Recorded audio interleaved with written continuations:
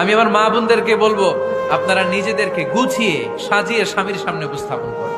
অনেক বোনেরা আছে বাইরে যাওয়ার সময় পার্লারিং করে মেকআপ করে সুন্দর জামা কাপড় পরে বাইরে যায়, আর স্বামীর সামনে আসলে বুয়ার মতো থাকে।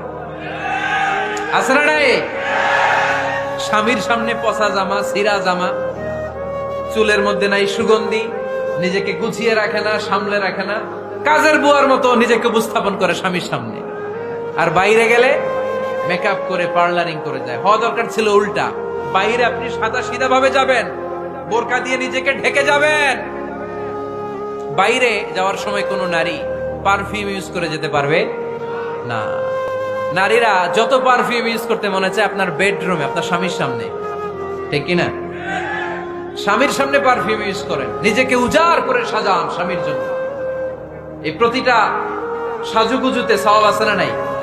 ইসলাম কতটা চেক এন্ড ব্যালেন্স, কতটা ভারসাম্যপূর্ণ জীবন ব্যবস্থা। খবরদার, নারীরা ডিওডোরেন্ট ইউজ করে বাইরে যেতে পারবে, যেটা সে তার আর্মপিটে ইউজ করে, কিন্তু ঝাঁঝালো পারফিউম বোরকার উপর দিয়ে মেরে কোনো নারী বাইরে যেতে পারবে? কথা বলেন। সুনানে নাসাইর হাদিস, আল্লাহর হাবিব বলেন, আইয়ুমা ইমরাআতিন ইস্তা'সারাত নাফসাহা ফামাররাত আলা কওমিন লিয়াজিদু রিহাহা ফাহিয়া জানিয়া।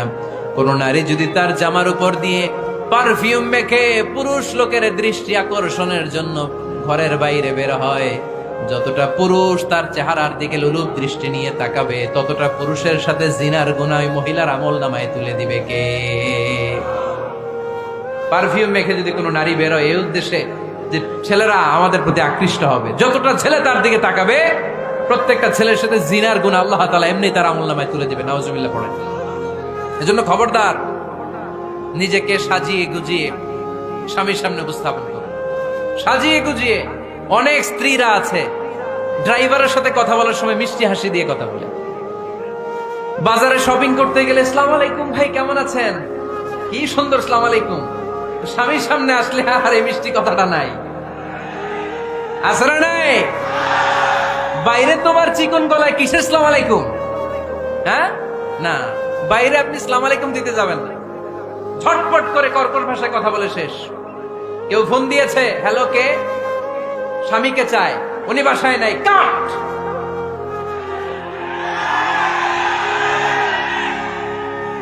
কারে চান? আপনার হাজবেন্ডের, নাই, কাট, শেষ করে দিবেন। মিষ্টি মিষ্টি আসসালামু আলাইকুম আসসালামু আলাইকুম বলা যাবে নাকি?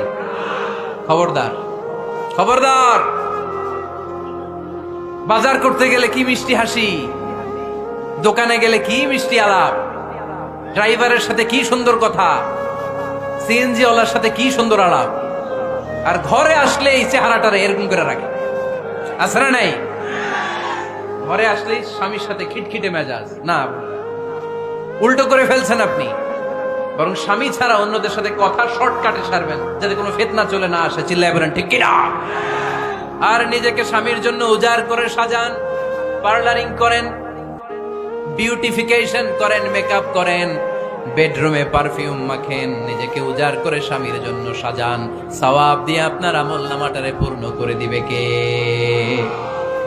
বিশ্বনবী যখন সফরে যেতেন, সফর থেকে ফিরে আসার সময় ডিরেক্টলি স্ত্রীর ঘরে যেতেন না।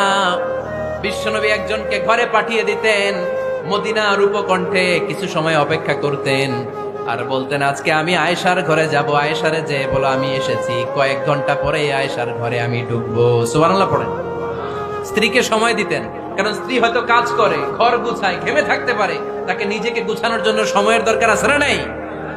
লম্বা সফর শেষ করে, সেই বুখারীর হাদিস, বিশ্বনবী যখন সফর শেষ করে মদিনায় ফিরতেন, ডিরেক্টলি স্ত্রীর কাছে যেতেন না, মদিনার উপকণ্ঠে ওয়েট করতেন এবং বার্তাবাহককে পাঠাতেন, যে বলো যে আজকে আমি সফিয়ার ঘরে থাকবো।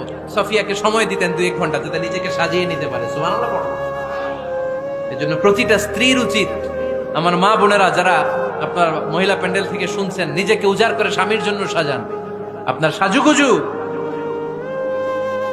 বেগানা পুরুষদের জন্য নয়, যে পুরুষদের সাথে দেখা দেয়া জায়েজ নাই তাদের জন্য নয়, রাস্তার পুরুষের জন্য নয়। আপনার সাজুগুজু, আপনার সৌন্দর্য, আপনার বিউটি সব আল্লাহ তাআলা আপনার স্বামীর জন্য করতে বলেছে। চিল্লায় বলেন ঠিক কিনা?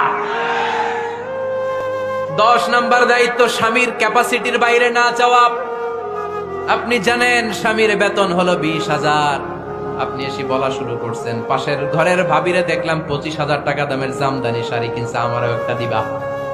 আছে না নাই? তো আবদারটা হইলো, আবদারটা হইছে। আপনি তো জানেন আপনার স্বামীর ক্যাপাসিটি কতটুকু। আমার বোনেরা, আমার মায়েরা, খবরদার, আপনার স্বামীর ভেতরে আপনার জান্নাত, আপনার স্বামীর ভেতরে আপনার জাহান্নাম। আপনার স্বামীর মনকে খুশি রাখতে পারলে জান্নাতের দরজাগুলো আপনার জন্য খুলে দিবে কে? ক্যাপাসিটির বাইরে কিছু চাবেন না। এই 10টা স্ত্রীদের দায়িত্ব। এই 10টা পয়েন্ট যদি কোনো স্ত্রী স্বামীর জন্য এইভাবে স্যাক্রিফাইস করে করে এইভাবে আঞ্জাম দিতে পারে, এই স্ত্রীদের জন্য জান্নাতের দরজাকে খোলা রেখেছে কে? আওয়াজ করে বলতে হবে, খোলা রেখে দিয়েছেন কে?